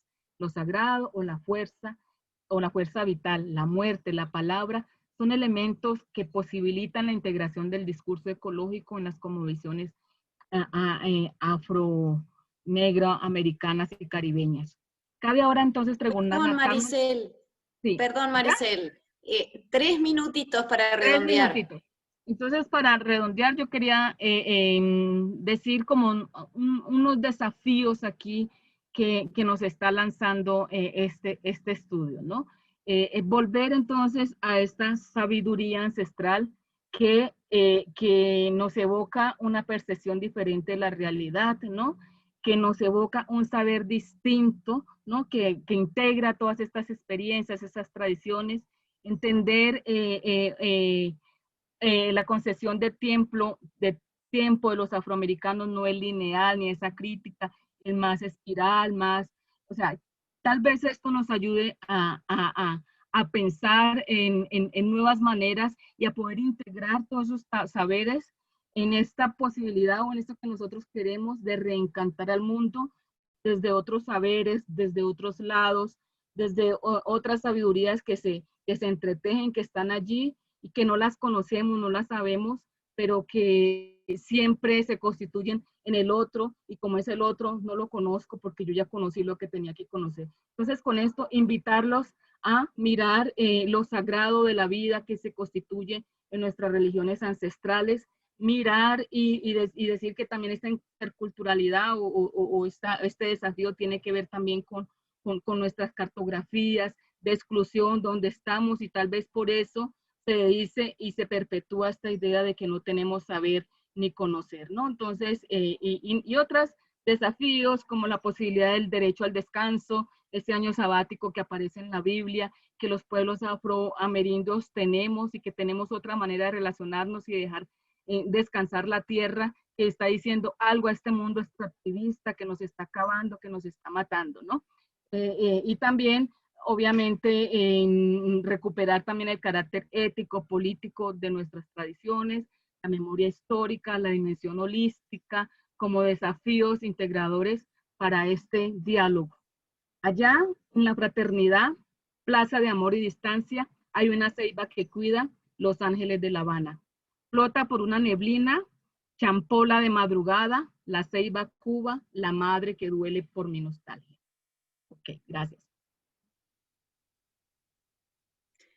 Muchas gracias, doctora Maricel Mena. Bueno, perdón la confusión al principio de entre colombiana y brasilera. Bueno, eran solo los estudios. Muchísimas gracias por el aporte. Bueno, muchísimas gracias por el aporte. Y bueno, pasamos a nuestro panelista Carlos Intipampa. Desde Bolivia le paso la palabra. Pastor, adelante. Muy bien, muy buenas noches, buenas tardes. Aquí saludando desde Cochabamba. Y hace rato llegué, hace 2, 3 horas, y pues hemos estado ya en el altiplano boliviano, y realmente fue para mí muy impresionante, muy alentadora, ¿no? Y vivir una vida, volver a mi comunidad de origen después de 40 años. Mi amigo Alex Sorcín me decía, pues Alejandro Sorcín, que hemos sido compañeros de estudio en ICEDET, y me decía, Carlos, ¿algún rato volverías a tu comunidad? Me decía. Y yo decía, parece que no. Y mucha gente también me dice, después de haber trabajado en Estados Unidos como pastor por 5 años y como profesor también allá, pues me dicen, ¿estás loco? ¿Cómo vas a volver a tu comunidad? ¿No? Y entonces justamente este año pues me han nombrado como secretario general allá en mi comunidad, y pues tuve que pues acceder al llamado del pueblo. Y realmente para mí fue algo impresionante, algo distinto que nunca había pensado vivir. Un poco con un poco de formación teológica, un poco de filosofía más que lo estoy haciendo, pues vivir la comunidad en comunidad es algo impresionante, fascinante. Ya estoy 5 meses allá, Y todo el mundo pues me saluda, ¿no? En la calle, me dice, tío, tío. Otros me dicen, Carlitos, ¿cómo es Carlitos? ¿Desde cuándo has vuelto? ¿Cómo estás? Y fue a la plaza, y a la plaza estaban sentadas las panaderas vendiendo panes. Y justamente todos me regalaron los panes. Todos, ¿no? Así, unos 5, 6, 7, 8 panes. Carlos, ¿cuándo has llegado? ¿Cuándo te vas a volver? ¿No? Y todos, y yo digo, aquí está mi comunidad. Y aquí puedo vivir. Y le estamos comenzando a sembrar papa y otros elementos más, oca, haba, así, ¿no? Pero veo a la tierra, a la comunidad de una manera ya diferente, distinto, ¿no? Y que es realmente muy importante. Ha sido para mí, cada hecho que he visto, que he vivido, ha sido realmente muy importante. Otro día estuve en mi casa y comenzó pues un jilguero a cantar, ¿no? Que dice, chic, chic, chic, chic. Y la gente sabía decir antes que realmente anuncia que alguien va a llegar. Y justamente por la tarde llegó mi hermano a visitarme ahí, desde Cochabamba hasta allá, el pueblito a la orilla del lago Titicaca. Y yo pensé, dije, ¿cómo este pajarito sabe que va a llegar una visita allá, no? Pues recientemente tengo una llamita allá, pero esta llamita, imagínense, de 2 días ya estaba corriendo, ¿no? Corría y corría la llamita. Pero yo digo, mire, el ser humano, ¿cuánto tiempo necesitamos para correr? 1 año, más de 1 año. Pero la llamita ya 2 días ya corría, ¿no? Entonces, pues, realmente muy fascinante, muy impresionante el poder vivir en la comunidad, ¿no? Esto. La Rebeca me decía, pues, cuánto que está en Buenos Aires, que gracias a ella he recibido esta invitación, y agradezco a Rebeca. Me dice, pues, la saluda en Aymara, me dice, ¿no? Entonces, pues, mi lengua es lengua aymara. Pero es una lengua, decimos, de la humanidad. Se dice en aymara, hakearu. Hakearu, lengua de la humanidad. Un filósofo llamado Villamil de Zata, él decía que Adán y Eva dice que hablaban aymara. Porque aymara es una lengua muy rica. Mucho más que el aymara, que el español. En español, por ejemplo, tenemos solamente sinónimos, vamos a decir, de alzar, levantar, solamente 2 sinónimos. Alzar, levantar. Pero sin embargo, en aymara tenemos 12 sinónimos, imagínense, 12. 12 formas de decir alzar, levantar. ¿Cuánto lleva el español? 10. Y también en aymara se puede, pues, hablar una palabra, y una palabra prácticamente puede decir muchas palabras, se puede reconstruir. Hasta con 35 letras, 15 sílabas. ¿No? Se dice, por ejemplo, decir ahorita que estamos hablando, decir sería Aruski pasiñasaki punis karakispawa. Eso solamente es una sola palabra. O si no, amuit asiscañasaki punis karakispawa. Sería eso, vamos a tener que seguir dialogando, vamos a tener que seguir haciendo filosofía así, ¿no? Entonces es un idioma realmente muy rico, ¿no? Un idioma muy, muy, muy interesante. Algún filósofo decía, pues, que puede ser filosofía, teología, decía en griego, en alemán, y luego en náhuatl, quechua y aymara. Pues son idiomas muy ricos. Entonces, pues, así que vamos viviendo allá en la comunidad. Un poco quiero comenzar de atrás, y también estos días hemos estado viviendo, pues, justamente es lo que hablamos nosotros, la interculturalidad y la interreligiosidad.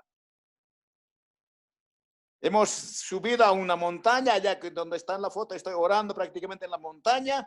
Hemos comenzado 30 personas y llegamos a 120 personas allá en la comunidad, allá en arriba, ¿no? En la montaña. Y prácticamente ayunar. ¿Y para qué ayunamos? Para que COVID-19 no pueda llegar, ¿no? A la comunidad. Hemos subido 4 viernes, hemos subido a la montaña, ¿no? Ahí estamos prácticamente, estoy compartiendo la palabra. También lo invité al sacerdote de la población y también a otro pastor de otra iglesia, Asambleas de Dios. Pero hemos estado compartiendo muy bonita la experiencia, podemos decir, interdenominacional y intercultural. Muy bonitas las experiencias que he estado recibiendo en estos días. Un poco algo de historia tal vez podemos pensar. Bueno, es muy amplio, muy extenso el poder hablar sobre la historia de los pueblos en Abya, decimos en América Latina. No, y simplemente podemos sintetizar de que pues simplemente la Iglesia Católica llegó a un sincretismo formal. A un sincretismo formal. Muchos teólogos afirman de que los aymaras y los quechuas fueron bautizados y no fueron evangelizados.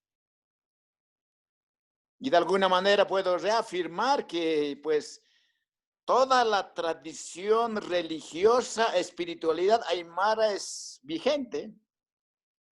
La Iglesia Católica no ha evangelizado. Por eso que nos cuesta, no, difíciles para nosotros, para los protestantes, evangelizar. Simplemente vamos a dar un ejemplo. El ejemplo del rito para las almas. En el Día de Todos Santos, antiguamente se celebraba todo el mes de noviembre. Pero este rito no es rito católico, sino es un rito indígena. Por eso que se celebra, ¿no? Justamente desde Tucumán, pasando por Bolivia, norte de Chile, Perú, Ecuador, sur de Colombia, todos los países centroamericanos hasta México. Este ritual para las almas, pues, se celebra actualmente. Pese al intento del exterminio que quiso hacer la Iglesia Católica en 1583, en el tercer concilio de Lima, donde realmente han prohibido este ritual. Y dice que estos indios, van al cementerio pensando que las almas beben y comen. Dice, esto es mentira. Y por tanto debe darse castigo a aquellos que van a dar ofrenda a sus almas, a sus muertos. Pero hoy este ritual para las almas se impone por encima del cristianismo. Un ejemplo solamente estamos dando para poder cómo los pueblos indígenas han resistido en la clandestinidad o simplemente dentro del nombre de católicos nominales. Dicen, yo soy católico, punto. Pero sin embargo, ellos mantienen su propia religiosidad y su propia espiritualidad y su propia cosmovisión. Entonces, pues, podemos pensar en eso, que justamente la Iglesia Católica no ha evangelizado, sino solamente ha llegado a un sincretismo formal. Dentro de la historia de la Iglesia Evangélica Metodista en Bolivia, que llegó a partir de 1906, ¿no? Que juntamente con los bautistas, pues lograron para que hubiera en Bolivia realmente libertad de culto, porque hasta ese entonces no podía admitirse otra religión que no fuera católico. La Iglesia Protestante Metodista tenía varias buenas intenciones. Ha sido la que a partir de 1929 prácticamente ha organizado 50 escuelas indígenas a orillas del lago Titicaca. Porque hasta ese entonces se decía que el indígena aymara quechua era solamente para trabajos forzosos y no para leer ni para escribir. Y decían que aquel que supiera leer se le sacaría los ojos y aquel que escribiría se le cortarían las manos. Así se decía, pero sin embargo la Iglesia Católica Metodista, esta Iglesia Evangélica Metodista ahora, pues ha comenzado a fundar 50 escuelas indígenas a orillas del lago Titicaca. De la misma manera, la Iglesia Metodista ha fundado el primer hospital aymara a orillas del lago Titicaca en la población de Ancoraimes, justamente para los indígenas, de la cual ha sido partícipe mi persona. Posteriormente, simplemente vamos a saltar a 1975. En 1975 hubo en nuestra iglesia llamado de Cursillo Aymara, hemos convertido en Concilio Aymara. Concilio, un término que se utilizaba, que es un término eclesial que se usa en las iglesias. Entonces hemos dicho nosotros vamos a hacer un Concilio Aymara. Y justamente ahí en 1975 es prácticamente, yo era jovencito todavía, he sido el cuarto hombre del movimiento Aymara, ¿no? Era el Jelgere, quiere decir el secretario, el Jelgere, el secretario. Entonces, pues ahí comenzamos, justamente 2 años de transición, y posteriormente, pues ya nos elegimos el 78, ¿no? Ya comenzamos con un obispo Aymara, que es nuestro reverendo Zacarías Mamani, que está en la gloria de Dios. Entonces, pues ahí podemos imaginar. En esta parte me preguntaba, Nicolás me decía, a ver, ¿cómo la Iglesia Metodista ha entendido la cuestión del diálogo interreligioso? En esta parte queremos reconocer que nosotros hemos avanzado muy poco en la cuestión del diálogo interreligioso. Si no, creo que hemos sustituido más en la parte administrativa dentro de la Iglesia, así como hacían varios críticos, ¿no? De que cuando si podían tomar en cuenta, digamos, los indígenas o la gente popular, entonces ellos llegarían, pero realmente no responderían al contexto. Y creo que en ese sentido tenemos una deuda todavía con nuestra Iglesia, que todavía no hemos avanzado mucho en cuanto al diálogo interreligioso, o podemos decir interespiritualidad. Nos falta mucho en esto. Sin embargo, la Iglesia Metodista desde 78, bueno, está dirigida por los Aymaras. Mi persona ha sido obispo de la Iglesia Metodista desde 2001 a 2004, ¿no? Pero quiero reconocer que nos hemos abocado más a cuestiones más administrativas. Poco hemos profundizado justamente la teología andina, juntamente con la teología cristiana, ¿no? Y aquí tengo alguna propuesta, y aquí mi primera tesis que he escrito en ICEDET, justamente este era, ¿no? Que dice, opresión y aculturación, la evangelización de los aymaras.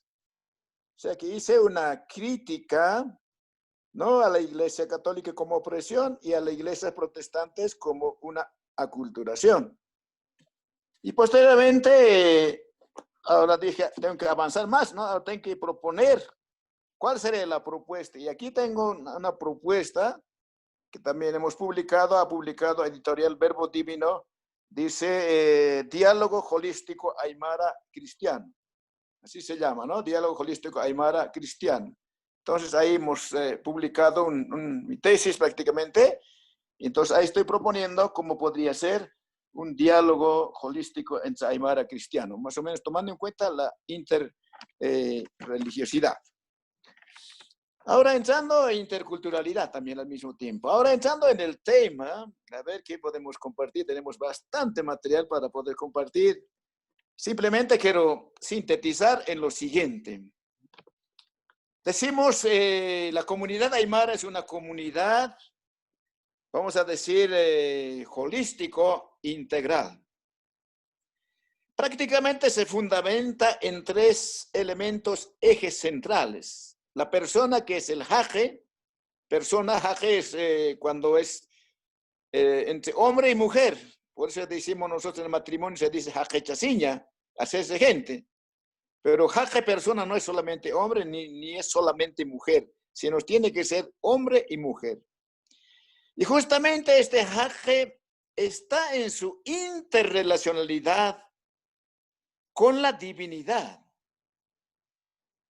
El aymara, el quechua, es más religioso, más espiritual que el cristiano. El cristiano católico o protestante, de repente vamos a la iglesia, o vamos a un estudio bíblico, ahí se acabó. Pero sin embargo, el aymara, el quechua, pues desde que se despierta hasta que duerme, inclusive hasta que se sueña, todo es Dios. Todo es Dios. Si no llueve, es Dios. Si llueve, es Dios. Si produce, es Dios. Si hay un animalito, ¿no? Si una llamita, es Dios, ¿no? Si uno se lastima, es Dios. Si uno se sueña mal o bien, es Dios. No, si uno se enoja con alguien, es Dios. Todo prácticamente es divino, todo es Dios. Entonces, la divinidad, a través de las deidades ancestrales, es prácticamente que el Dios se manifiesta. Decimos también aymara que a Dios no podemos definir nosotros cómo es Dios, quién es Dios. Solamente sabemos que hay un ser supremo. Decimos nosotros, aputata mama. Apu es la divinidad, y el Tata es el varón, y la Mama es el femenino. Entonces, todo prácticamente es la espiritualidad, todo es divino, todo es Dios que se manifiesta en el ser humano del Aymara y del Quechua. Al mismo tiempo, este ser humano está pues en una interrelación con la naturaleza. A la naturaleza, desde luego, se considera como son los seres vivientes y son nuestros hermanos, las plantas y los animales.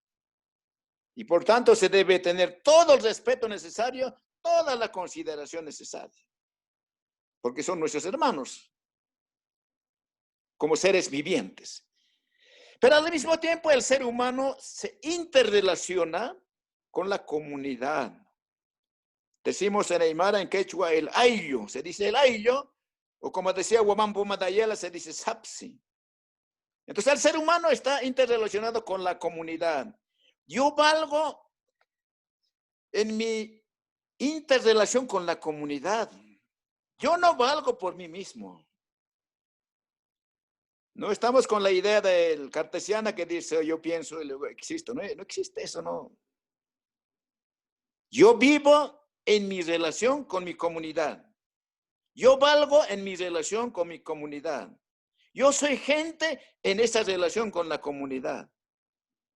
Entonces son los tres entes, la parte de la divinidad, espiritualidad, la relación con toda la creación de Dios, con toda la naturaleza, y mi interrelación con la comunidad donde yo vivo, son los tres entes que realmente controlan mi vida y yo vivo en función de estos tres entes. Dentro de lo cual también hablamos un poco apropiándonos en términos un poco más tal vez occidentales. Podemos pensar en la filosofía andina que ha escrito nuestro amigo, ¿no? Joseph Esterman. ¿No? Él ha sintetizado un poco ya lo que ha hecho, ¿no? Habla sobre la filosofía andina, y posteriormente hemos publicado 2 tomos sobre la teología andina. Y dentro de eso son varios elementos importantes. Ya mis compañeras que han explicado y han dicho algo. Uno de ellos sería la reciprocidad. La reciprocidad. O sea, que es dar y recibir, que se relaciona en 3 aspectos importantes, que primero es el Aini.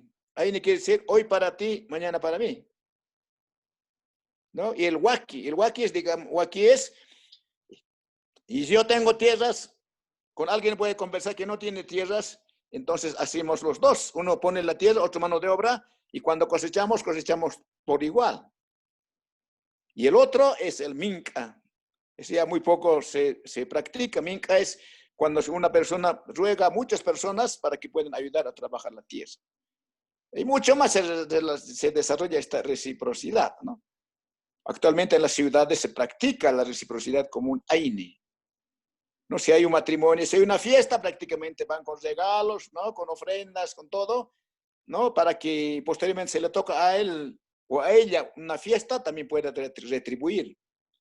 Pero el aine, el dar, no es como una deuda, sino es prácticamente como una deuda moral. Si por alguna razón esta persona, digamos, si debes algo, si no ha podido pagarte, no importa, no puedes cobrar. Luego tenemos el elemento que también llamamos la complementariedad. Todo se complementa, todo es par. Comenzando desde las personas, ¿no? Se complementa entre el hombre y la mujer. Decimos en Aymara, chacha, warmi. Y todo se complementa, todo tiene su género. Hasta las piedras tienen su género. No piedra macho, piedra hembra. Todo prácticamente tiene su género masculino y femenino. Por eso inclusive la concepción de lo divino de Dios es dual, es masculino y femenino. ¿No? Tata y mama, ¿no? Por eso la imagen de Dios masculino era el sol y la imagen de la Dios femenina era la luna. Así fue en la época de los incas y mucho más antes de los incas.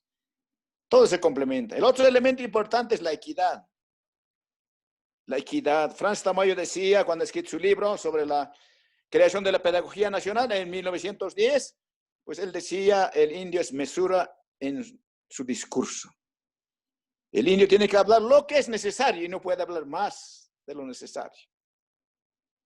Y entonces, pues son elementos fundamentales e importantes. Alguien ha dicho que también es importante en el factor político el consenso. Consenso mucho más profundo que la democracia. Democracia, la mayoría pues lo impone a la minoría y listo. Pero sin embargo, en el consenso todos se ponen de acuerdo. Entonces podemos pensar que el mundo andino prácticamente vive en otras circunstancias, en otros conceptos diferentes, distintos. Simplemente tal vez algún elemento importante para nuestros amigos argentinos sería porque en 1908, cuando se ha redactado el Acta de la Independencia en Tucumán, no pues simplemente un dato, se han publicado 3.000 ejemplares. De los 3.000 ejemplares, 1.500 ejemplares se han publicado en español, 1.000 ejemplares se han publicado en quechua y 500 ejemplares en aymara. Imagínense, en aymara, ¿no? 500 ejemplares, 1.000 en quechua y 1.500 en español. Ahora nuestros hermanos argentinos ya no reconocen eso, piensan, ya son otro mundo. Y justamente es el que ha publicado en aymara, que ha escrito, se llama Vicente Pasuscanqui. Vicente Pasuscanqui, en aymara, ¿no? De allá de Sorata, también ha sido el que ha comenzado, ¿no? a iniciar con el periódico Censor y Clarín de Buenos Aires, una aymara, ¿no? Entonces, pues, queremos decir, creo que ya estamos en la hora, pues agradecer, muy bonito la forma de poder entrar a la interreligiosidad. Yo tengo un documento amplio sobre desafíos de un diálogo interreligioso andino-cristiano. Algún rato, si a alguien le interesa, le voy a mandar el documento para que puedan leer. Muy bien, Bárbaro. Entonces, pues, ya. Perdón, bueno, muchísimas gracias, Y Carlos. aquí nosotros estamos con la coquita, ¿no? Yo quiero decir la coca y pichamos todo el tiempo. Y dice, pues, mira, la coca y la lejía es el medicamento, dice, para COVID-19. Y los que hemos mascado coca en el altiplano, pues muy poco efecto han hecho. Y los que no han mascado coca, pues casi han muerto muchos en la ciudad.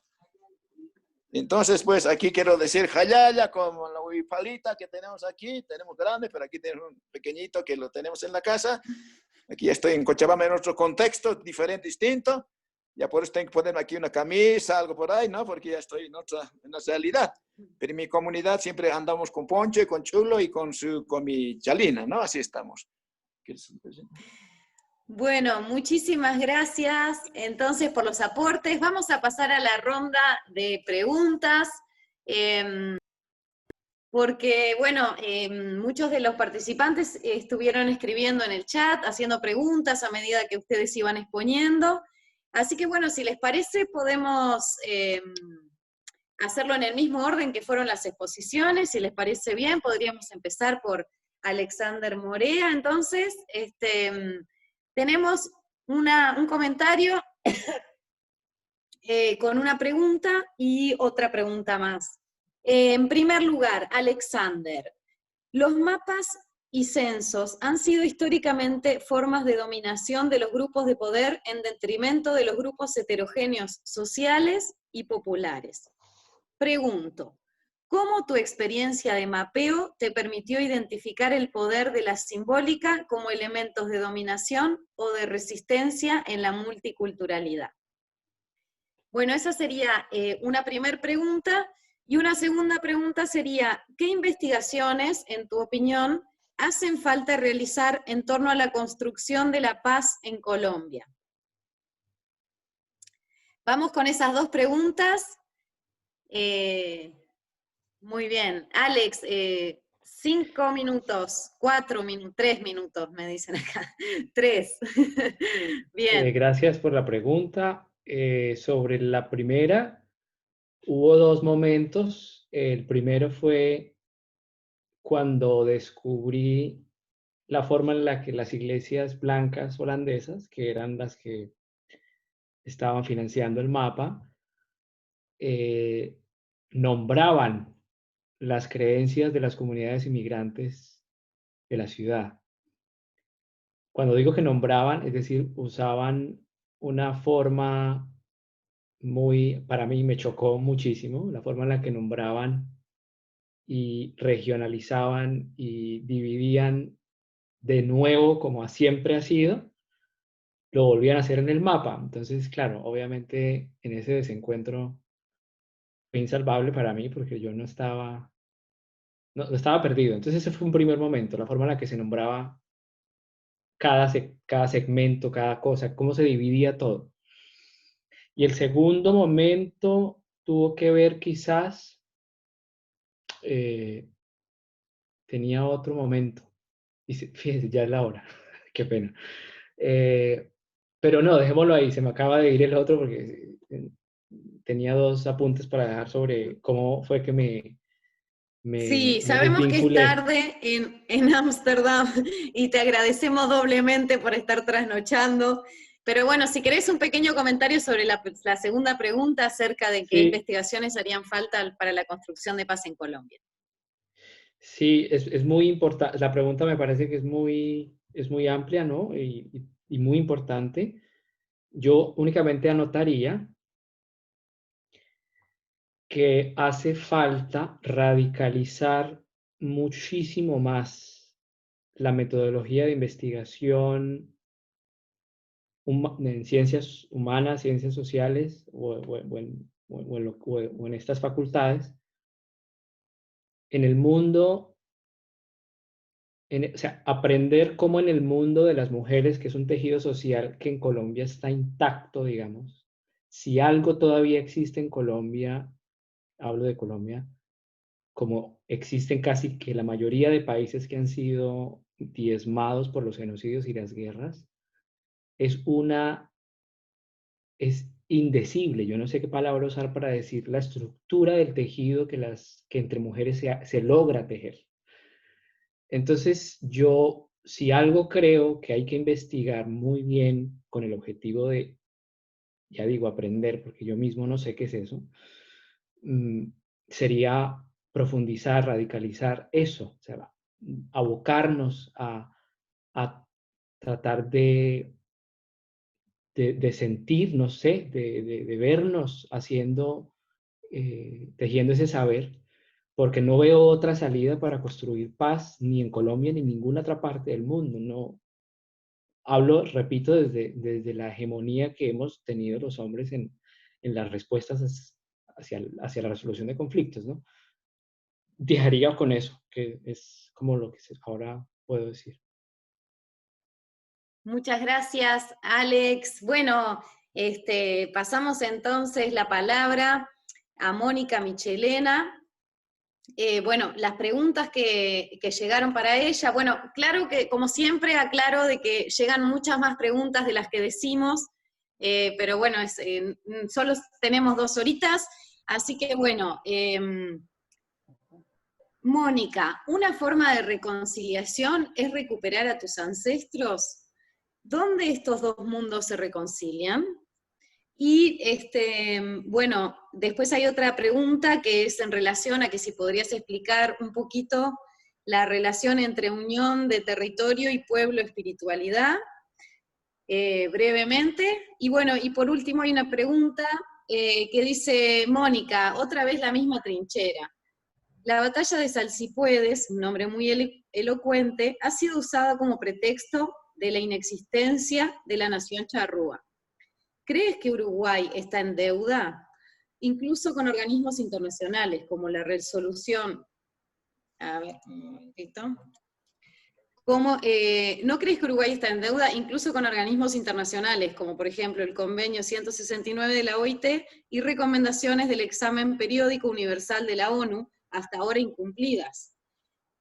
Nos gusta decir, no gusta decir que somos racistas. ¿Acaso no te parece que hay mucho negacionismo por parte de las élites uruguayas? Bueno, Mónica, son preguntas complejas y diferentes, pero bueno, tenés 3 minutos para contarnos algo en relación a esto. Sí, voy a tratar de ser directa.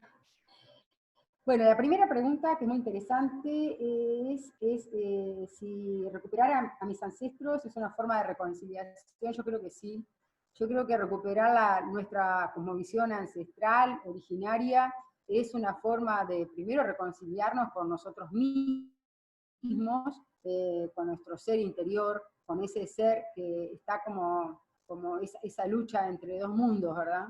Yo creo que sí, pero también yo creo que no hay recuperar los ancestros es recuperar el territorio. O sea, no hay una recuperación de la cosmovisión sin una recuperación territorial. La cosmovisión está unida al territorio. Territorio y espiritualidad están muy conectados. Entonces yo creo que desde ese diálogo intercultural con todos esos esa voz desde las iglesias, estaría bueno que apoyaran la recuperación territorial del pueblo charrúa. Ahí. Bueno, no sé si contesté bien, pero bueno, la otra pregunta, voy a contestar ahora la de la batalla de Salsipuedes. Bueno, empezando, que nosotros no consideramos que fue una batalla, porque una batalla, en la definición, es como el conflicto, el enfrentamiento entre dos ejércitos. Y a mis ancestros no estaban armados, les hicieron dejar las armas. Hubo 450 charrúas que no tenían armas, estaban desarmados, con sus familias, sus niños, sus mujeres. No fue una batalla, fue un genocidio. Y claro, cuando hablan de Salsipuedes, desde la educación, se ha dicho siempre, hasta en nuestros días, que el pueblo charrúa fue exterminado en Salsipuedes. Y no es así, porque el genocidio no implica un exterminio. Cuando hablamos de genocidio judío, a nadie se le ocurre pensar que no existen hoy los judíos. Lo mismo, hubo más de 300 sobrevivientes, más, yo creo que hasta más de 500 sobrevivientes, y bueno, hoy estamos, no fuimos exterminados. O sea que Uruguay queremos que Uruguay reconozca este genocidio, como parte de la fundación de su propio Estado-Nación. Bueno, y por supuesto que está en deuda el Uruguay, y que no ha ratificado el convenio 169 de la Organización Internacional del Trabajo, y nosotros queremos, va a ser 15 años hace que estamos trabajando denodadamente en las Naciones Unidas y acá a nivel nacional para que Uruguay lo ratifique.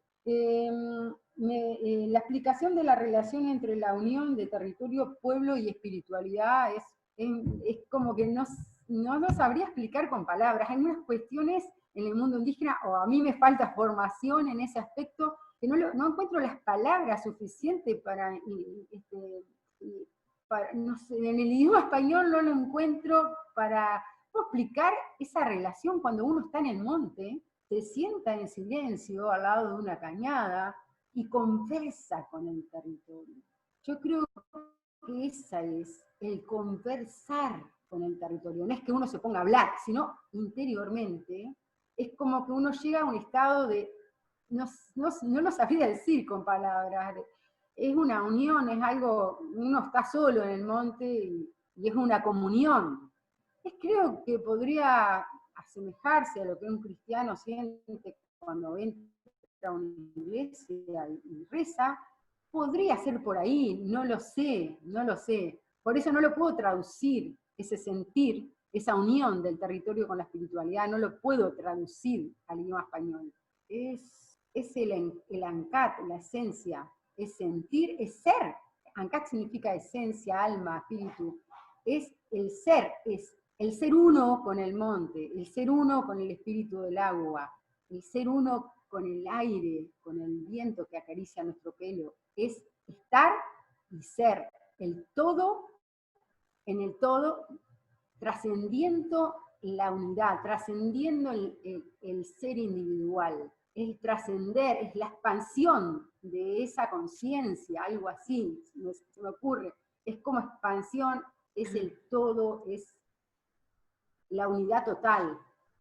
Uno deja de ser uno y es el agua, es el monte, somos los espíritus también de los ancestros. Muchas gracias Mónica por el aporte. Bueno, pasamos a Maricel. Tenemos, bueno, una pregunta con un comentario. Bueno, Maricel, soy activista LGTBIQ cristiano. Tengo amigues que practican la macumba. ¿Eso es realmente malo? Y por otra parte, otra pregunta, bueno, comentario que dice, la inflación académica occidental, afecta también la vida latinoamericana.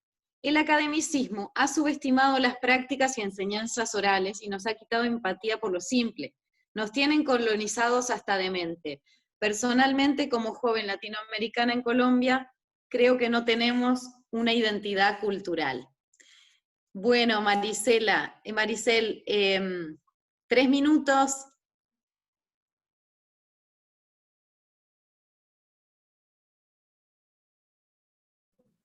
Comienzo con la segunda.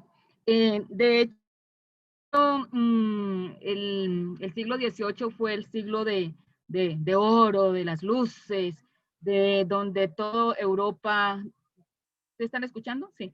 Se desarrolla entonces supuestamente la cuna del saber bajo ideologías fundamentalmente racistas, ¿no? Entonces teníamos toda la cuestión de la raza pura, de la sangre azul, y justamente en ese siglo de expansión de saberes fue que fueron muchos a África, trajeron africanos, los llevaron al zoológico, los llevaron entonces a museos, hicieron experimentos con todos nosotros y aparecieron los grandes filósofos como Hegel, los grandes genetistas, biólogos. Entonces creían que los negros teníamos el cráneo chiquitito, que no teníamos la misma condición de los hombres, fundamentado justamente también en el mito de la Biblia, de la maldición de Can, ¿no? Desde allá, ¿no?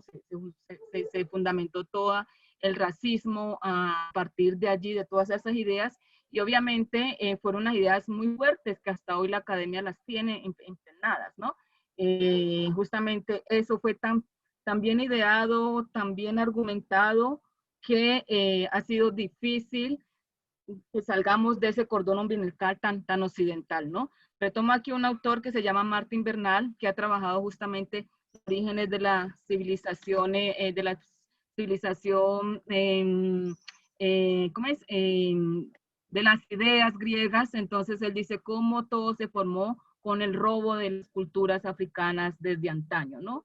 Entonces hay que volver, y él nos dice, al modelo antiguo de contar la historia. Es un modelo donde nosotros participamos, nos quitaron hasta el derecho de estar en el contexto en que la Biblia se desarrolló, nos presentaron a un Jesús blanco y así nos lo comimos, todas estas ideas, ¿no? Muy fuertes y muy bien fundamentadas, ¿no?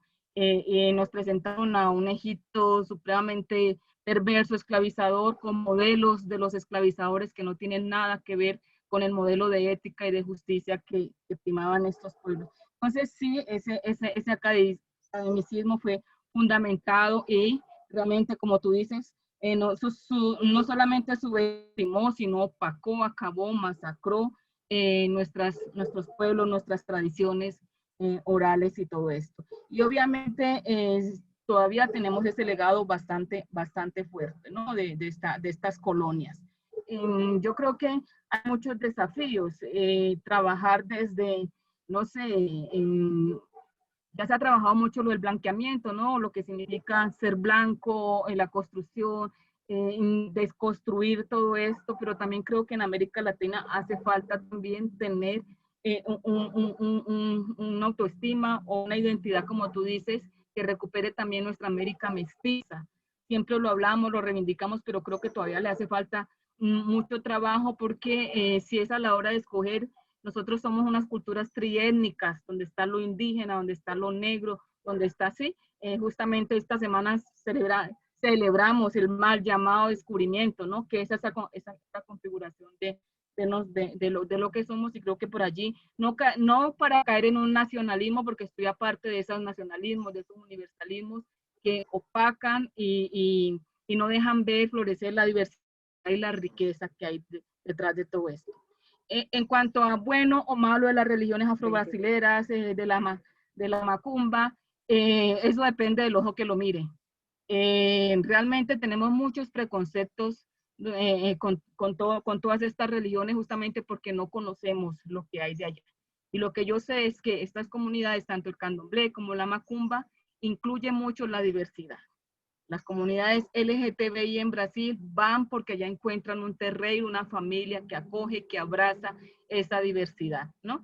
Entonces, creo yo que estamos en una tarea también de acabar con tantos prejuicios que hay con nuestras religiones, porque el catolicismo también tiene sus cuestiones buenas y malas, también tiene la gente que hace cartomancia, que va y que mira, todas estas cuestiones que llamamos más exóticas o qué sé yo, porque el ser humano siempre ha querido buscar que le lean las suertes, en el caso del candomblé, ir a los bucios, a ver qué es lo que pasa, pero se manifiesta de manera diferente. Entonces, yo creo que estamos en la tarea de conocer más que en señalar, ¿no? Hay cosas buenas, depende de donde lo miren, ¿no? No caer tampoco en ese maniqueísmo que tanto malo no has hecho, entre blanco, negro, indio, mestizo, rojo, blanco, o sea, no caer en eso, creo que yo. Coger y sacar lo bueno que tenemos de allí, como estas comunidades también que acogen la diversidad humana. Muchas gracias, Maricel, por las respuestas. Y bueno, pasamos al doctor Carlos Intipampa con dos preguntas. Bueno, en relación a sus planteos, entonces, ¿el dios de los Aymara sería hombre y mujer al mismo tiempo? Y la otra sería, ¿cómo se concilia la sabiduría ancestral con el cristianismo?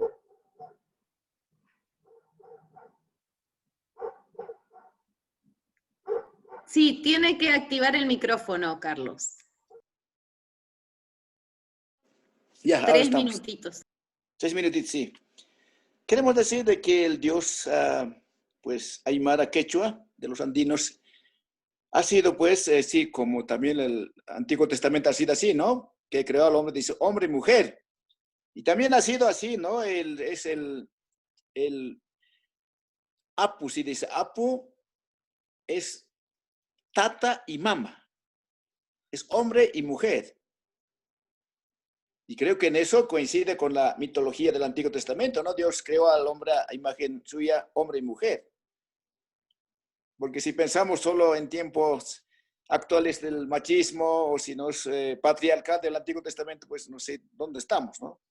Y las deidades ancestrales, deidades andinas, también se expresan igual, ¿no? Son hombre y mujer, ¿no? Dice, la lluvia es Jayutata, ¿no? Achachila se dice en las montañas, y la tierra es madre tierra, es femenina. Prácticamente todo podemos uno por uno mencionar, todas las deidades andinas siempre son masculina y femenina. Y creo que es un desafío para un cristianismo interreligioso, ¿no? Una teología interreligiosa, el poder concebir de que Dios es pues Dios, hombre y mujer, ¿no? La segunda pregunta era sobre cómo hacemos, ¿no? ¿Cómo reconciliamos?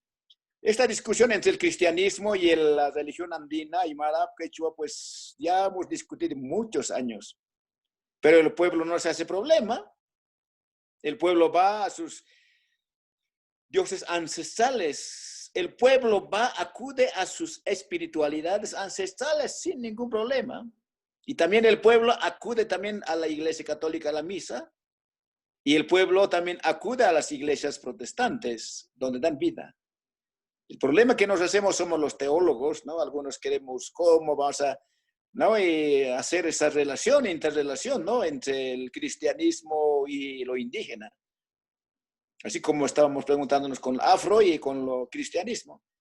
Es muy difícil de poder entender al principio porque siempre hemos sido evangelizados unilateralmente desde el cristianismo, bajo el maniqueísmo teológico cristiano, como donde se consideraba a la religión indígena como diabólico, como satánico, como lo malo, y a la religión cristiana como lo bueno, como lo angelical, como lo sagrado, como lo perfecto. Y entonces, pues, el superar, inclusive nos cuesta a nosotros, a los aymaras, ¿no? Los aymaras decimos, pues, ¿cómo? No, si ya me he convertido, piensa que conversión es simple ya el dejar la religión aymara y hacerse protestante. Pero, pues, últimamente decimos nosotros, pues, no necesita necesariamente la conversión, negar la espiritualidad, la religiosidad aymara para ser cristiano. Yo soy metodista, pero al mismo tiempo soy aymara. Yo uso la Biblia, la palabra de Dios, pero también uso el segundo libro de la vida que está en mi pueblo, en el pueblo aymara. Entonces, eso el pueblo prácticamente es la que define esto, ¿no?